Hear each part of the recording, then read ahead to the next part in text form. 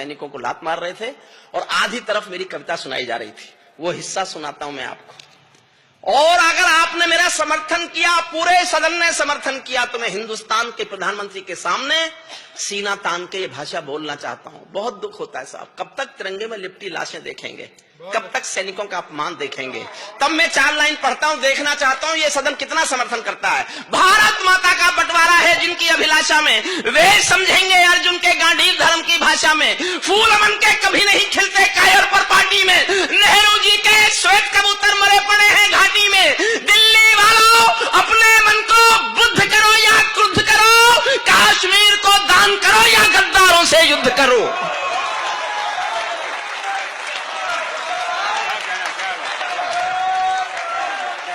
बैठिए बैठिए। कश्मीर को दान करो या गद्दारों से युद्ध करो। जेल भरे क्यों बैठे हैं हम आदमखोर दरिंदों से, आजादी का दिल घायल है जिनके गोरख धंधों से। घाटी में आतंकवाद के कारक बने हुए हैं जो, बच्चों की मुस्कानों के संघारक बने हुए हैं जो, उन जहरीले नागों को भी दूध पिलाती है दिल्ली, मेहमानों जैसी बिरयानी चिकन खिलाती है दिल्ली। जिनके कारण पूरी घाटी, मेरे इस दर्द पर ध्यान देना। हमारे मंत्री जी कह रहे थे क्या बोलेंगे आप कवि, कवियों की जुबान आकाश होती है। मैं बताता हूं कवि क्या बोलना चाहते हैं, अभी भी बोलेंगे और आपसे बोलेंगे और सीना तान के बोलेंगे। जिनके कारण पूरी घाटी जली दुल्हन सी लगती है, पूनम वाली रात चांदनी चंद्र ग्रहण सी लगती है। जिनके कारण मां की बिंदी दाग दिखाई देती है, वैष्णो देवी मां के घर में आग दिखाई देती है। उनके पैरों बेड़ी जकड़े जाने में देरी क्यों है, उनके फन पर हेड़ी रगड़े जाने में देरी क्यों है। उनके फन पर हेड़ी रगड़े जाने में, उनके फन पर हेड़ी रगड़े जाने में देरी क्यों है। कश्मीर में एक विदेशी देश दिखाई देता है, कश्मीर में एक विदेशी। मैंने लिखते लिखते रोया साहब, मेरी आंखें भर आई, मुझे नहीं पता आप कैसे सुनेंगे। कश्मीर में एक विदेशी देश दिखाई देता है, संविधान को ठुकराता परवेश दिखाई देता है। वे घाटी में भारत के झंडों को रोज जलाते हैं, सेना पर हमला करते हैं, खूनी फाग मनाते हैं। हम दिल्ली की खामोशी पर शर्मिंदा रह जाते हैं, भारत मुर्दाबाद बोलकर वे जिंदा रह जाते हैं। समर्थन कीजिए साहब अगर आपको मेरी फीलिंग्स आप स्वीकार कर रहे हैं। भारत मुर्दाबाद बोलकर। मेरा छोटा भाई अशोक चारण चला गया, आप जानते हैं क्यों हुई होगी सर्जिकल स्ट्राइक? मैंने 2 लाइन लिखी थी इसलिए हुई सर्जिकल स्ट्राइक। और मैं कितने गुस्से में था आप कल्पना भी नहीं कर सकते कि हरिओम पवार ये भाषा बोल सकता है। मुझसे पूछा जाता रहा बाबा तुमने ऐसा बोला क्या, मैंने कहा ऐसा बोला और बोलूंगा। समर्थन चाहता हूं और आपको लगे कि कवि का हक था इतना गुस्सा दिखाने का। मैं हाथ में इतनी जिम्मेदारी से हिंदुस्तान में संसद के खिलाफ बोलना चाहता था। मेरे गुस्से को स्वीकारना। भारत जिंदा, भारत मुर्दाबाद बोलकर वे जिंदा रह जाते हैं, हम दिल्ली की खामोशी पर शर्मिंदा रह जाते हैं। शायद तुम भी सत्ता मद के अहंकार में ऐठे हो। अगली पंक्ति पर सदन का, पूरे सदन का प्यार चाहता हूं। शायद तुम भी सत्ता मद के अहंकार में ऐठे हो, क्या 17 मंत्री मरने के इंतजार में बैठे हो?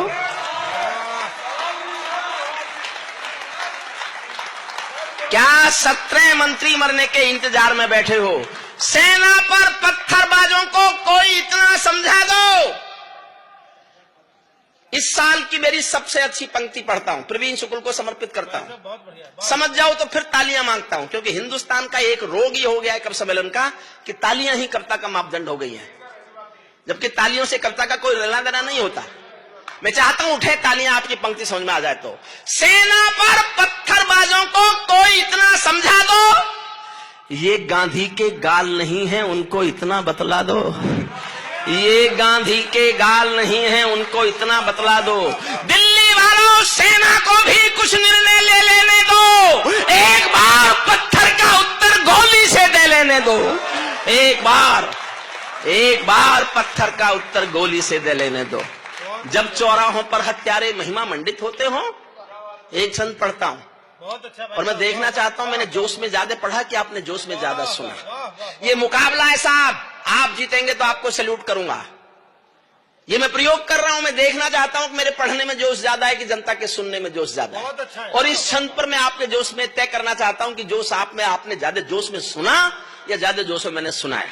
अंजुम जी, मैं आपसे अनुरोध करूंगा, आप भी ध्यान से तालियां बजाना, समझने बजने से कुछ मतलब है नहीं, क्योंकि मैंने आपकी उन गजलों पर, गीतों पर बहुत तालियां बजाई जो मेरी समझ में ही नहीं आई। आती नहीं मुझे, तो समझ में आ ही नहीं सकता। अगर मेरी समझ में आ गया होता तो माइकल बन गया होता ना।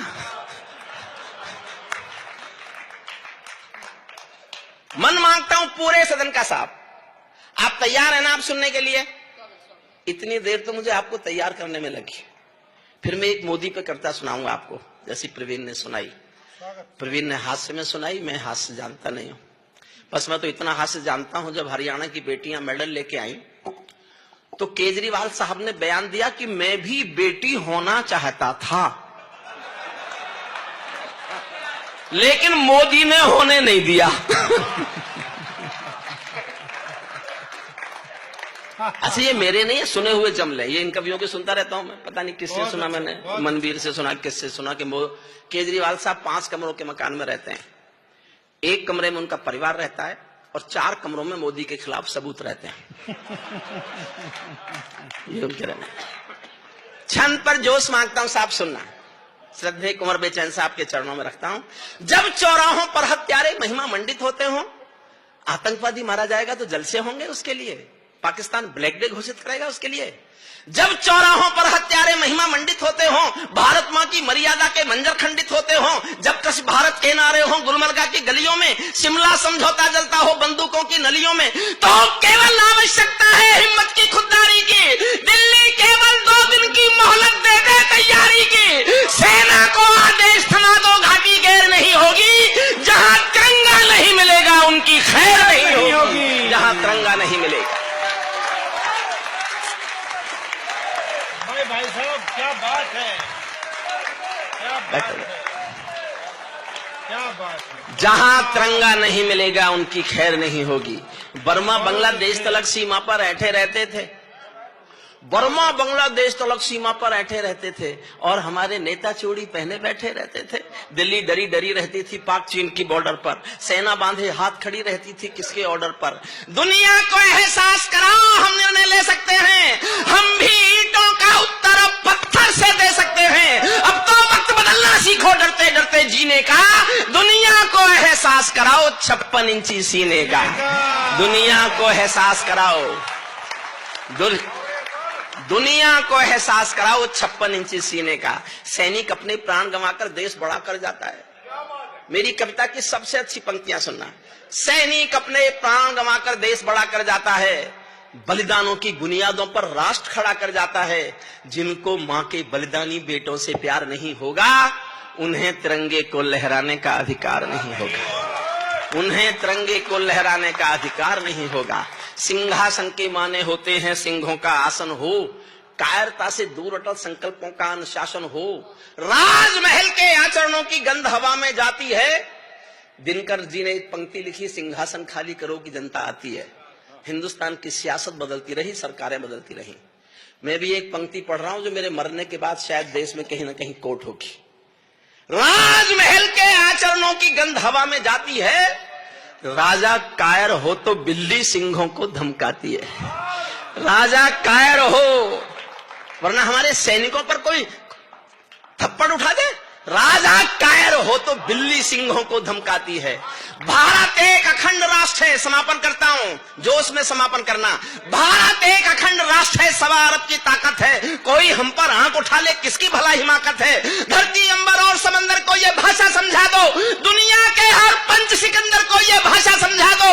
अब खंडित भारत मां की तस्वीर नहीं होने वाली, कश्मीर किसी के अब्बा की जागीर नहीं होने वाली। कश्मीर किसी के अब्बा की जागीर नहीं। बहुत मोदी पढ़ देता है।